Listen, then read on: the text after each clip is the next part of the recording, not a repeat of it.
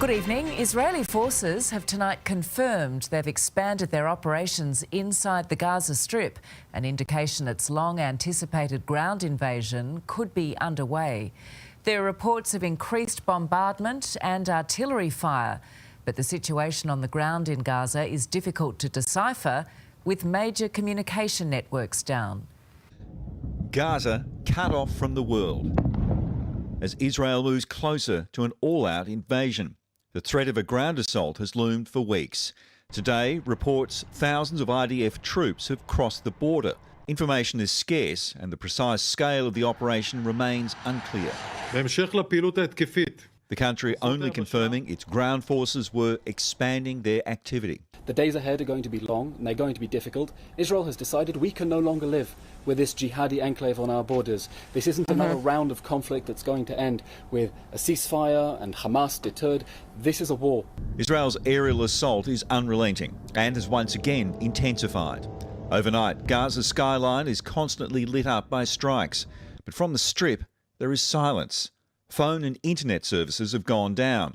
This Al Jazeera report, one of the few able to be sent over satellite. We don't have any internet, we don't have any kind of signals on our phones. We just only hear bombardment. We don't have any kind of access of communication to anyone. Everyone now is really terrified and afraid. Please, guys, if you can hear us, send that message to the world that we are isolated now in Gaza.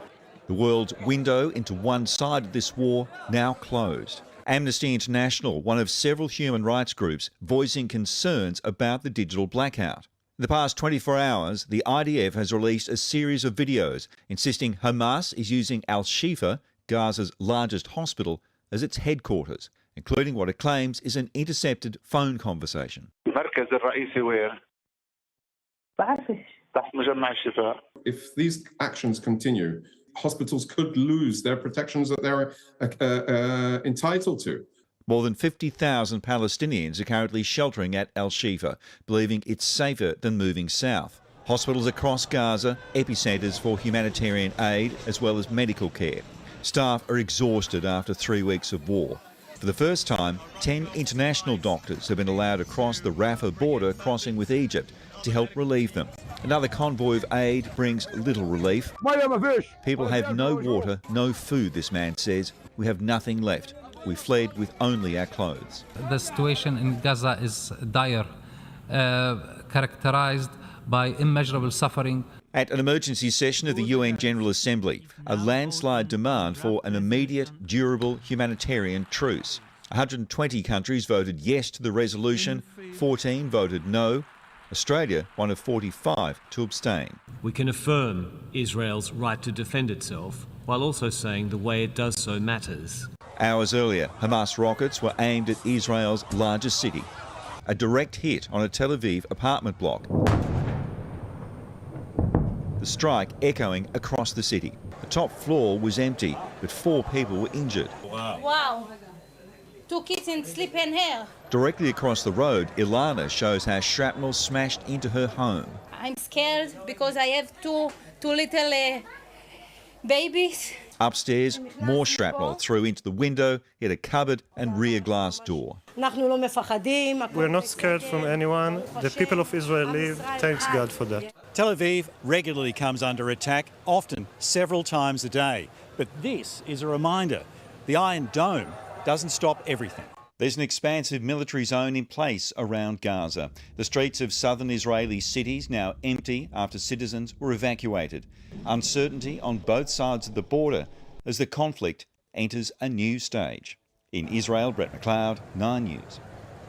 9 Europe correspondent Karianne Greenbank is in Sderot in southern Israel. Kari, you're close to the Gaza border. Tell us what's going on there. Well, Georgie, we've been here for most of last night and this morning, and we have been witnessing what has been the most intense bombardment of Gaza so far. Near constant artillery fire coming from Israeli positions close to here, machine gun fire, loud explosions from Gaza City, which is around 13 kilometres away, and overnight numerous airstrikes lighting up the night sky over the north of Gaza. Tanks and troops going in as well. Now, the IDF says that it has hit 150 underground targets. It says it has also also killed the head of Hamas's aerial unit, the man who was partly responsible for the October 7 attacks and sent in those paragliders across the border into Israel. Hamas has been saying that its fighters have been clashing with Israeli troops on the ground overnight. That message came out late last night.